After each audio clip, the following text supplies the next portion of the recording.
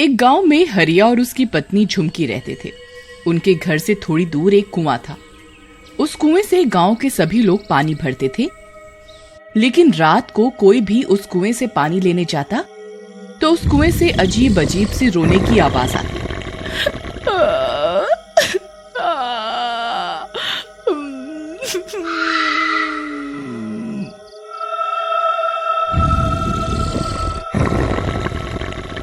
कोई भी उस कुएं में झांक कर देखता तो वो गायब हो जाता।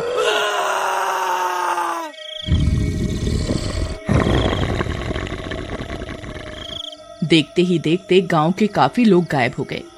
एक दिन गांव का किसान और उसका बेटा रात के समय अपने खेत से थके हारे लौट रहे थे। रास्ते में किसान को बहुत जोर की प्यास लगी। वो दोनों गांव के कुएं के पास जा पहुंचे। बेटा, तुम यहीं रुको, मैं जरा मुंह हाथ धोकर पानी पी कर आया। मुझे जोरों से प्यास लगी है। जी पिताजी, मैं यहीं आपका इंतजार कर रहा हूँ।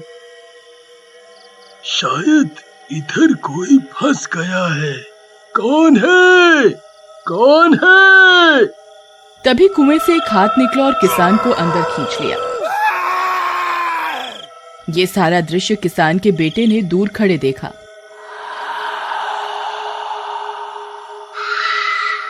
वो घबरा गया और तेजी से गांव की तरफ भागा। आई मम्मी, बचा लो। उसने घर जाकर सारी बात अपनी माँ को बताई। उसकी माँ परेशान होकर अपने पड़ोसियों के पास गई और सारी घटना बताई। पड़ोसियों ने किसान की बीवी पर विश्वास नहीं किया और हंसने लगे।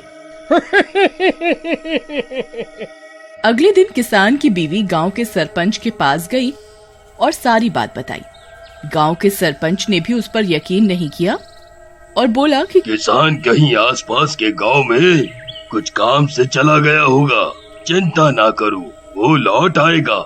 लेकिन काफी दिन बीत गए पर किसान वापस नहीं आया। कुछ समय बाद एक दिन गांव के दो ग्वाले राम और श्याम शाम के समय अपनी गाय को कुएं पर नहलाने ले गए। तुम इधर गाय के पास रुको, मैं पानी लेकर आता हूँ। हाँ, मैं यहीं तुम्हारी और अपनी गाय के पास बैठा हूँ। तुम जल्दी से पानी लाओ, शाम हो गई है, जल्दी घर भी जाना है। तुम यहीं 2 मिनट रुको, मैं अभी पानी लेकर आया। राम कुएं की तरफ गया तो उसने वहाँ एक औरत की आवाज सुनी।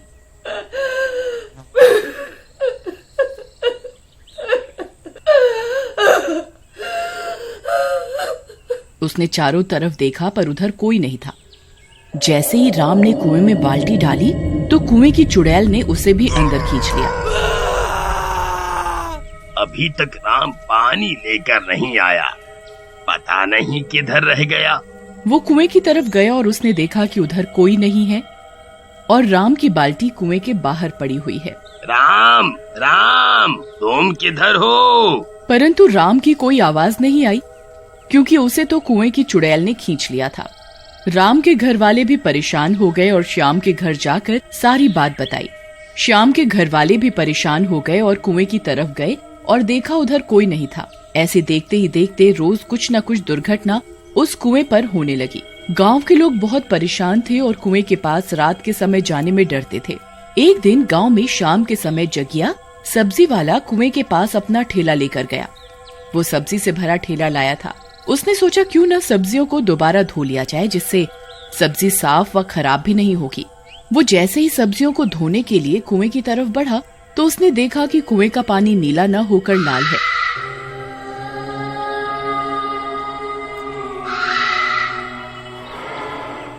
उसे ये मन का वहम लगा और उसने बाल्टी कुएं में डाली और पानी खींचने लगा। जैसे ही बाल्टी ऊपर तक आई उसने देखा कुएं से पानी की जगह खून है। वो बहुत ज्यादा घबरा गया और अपना ठेला लेकर अपने घर की ओर भागा। उसने घर जाकर ये बात अपने माता पिता को बताई। क्या हुआ जगिया, इतने परेशान क्यों हो? माँ, वो कुआं। क्या हुआ बेटा, मुझे सच बता, तू ठीक है ना? माँ,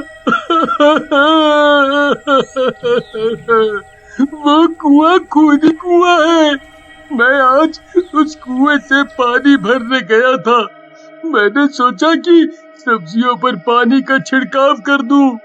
मैंने जैसे ही पानी भरा तो देखा कुएं में पानी की जगह खून है।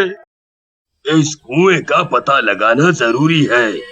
अगर ऐसा ही रहा तो एक दिन गांव के सब लोग कुएं में ही चले जाएंगे और ये गांव एक खुफिया गांव साबित होगा।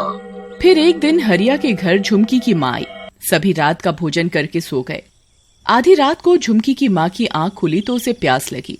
उसने देखा कि मटके में पीने का पानी खत्म हो गया है। वो पानी लेने कुएं की तरफ गई। कुएं के पास पहुंचकर उसने देखा कि कुएं से किसी के रोने की आवाज आ रही है।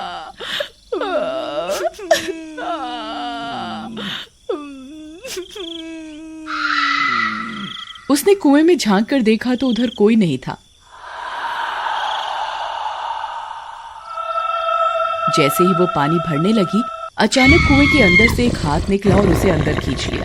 सुबह झुमकी उठी तो उसने देखा कि माँ घर में नहीं है। वो जोर जोर से रोने लगी और हरिया को उठाकर बताया कि माँ गायब है।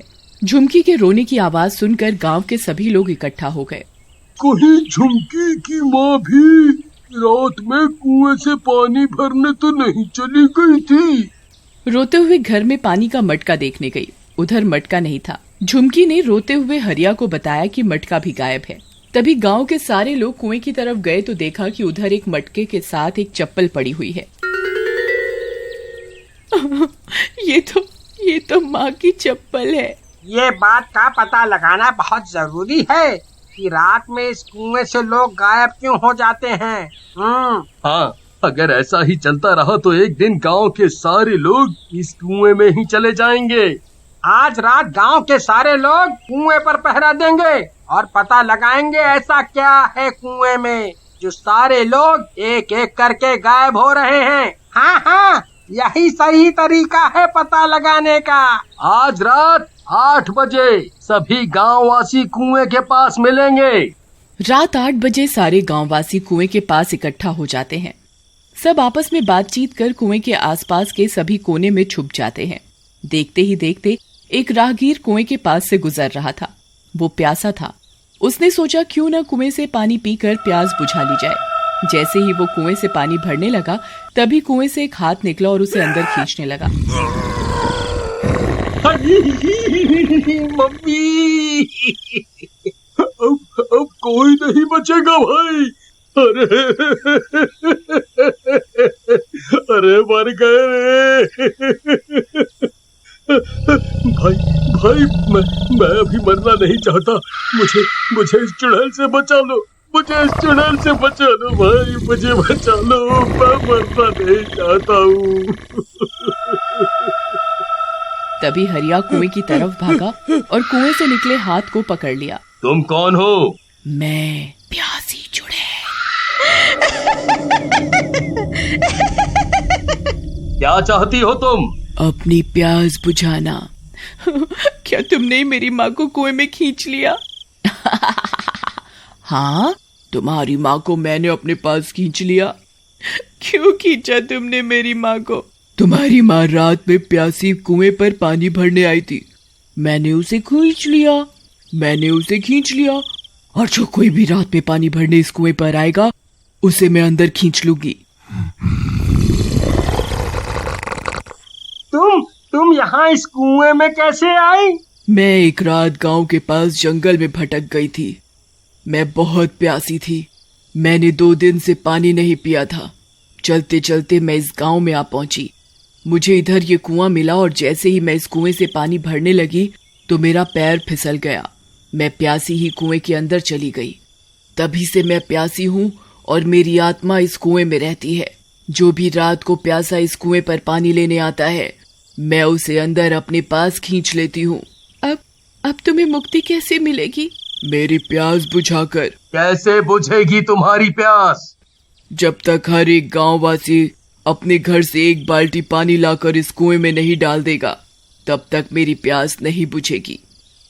ये बात सुनकर हर एक गांववासी अपने घर से 1 बाल्टी पानी लाकर कुएं में डाल देता है।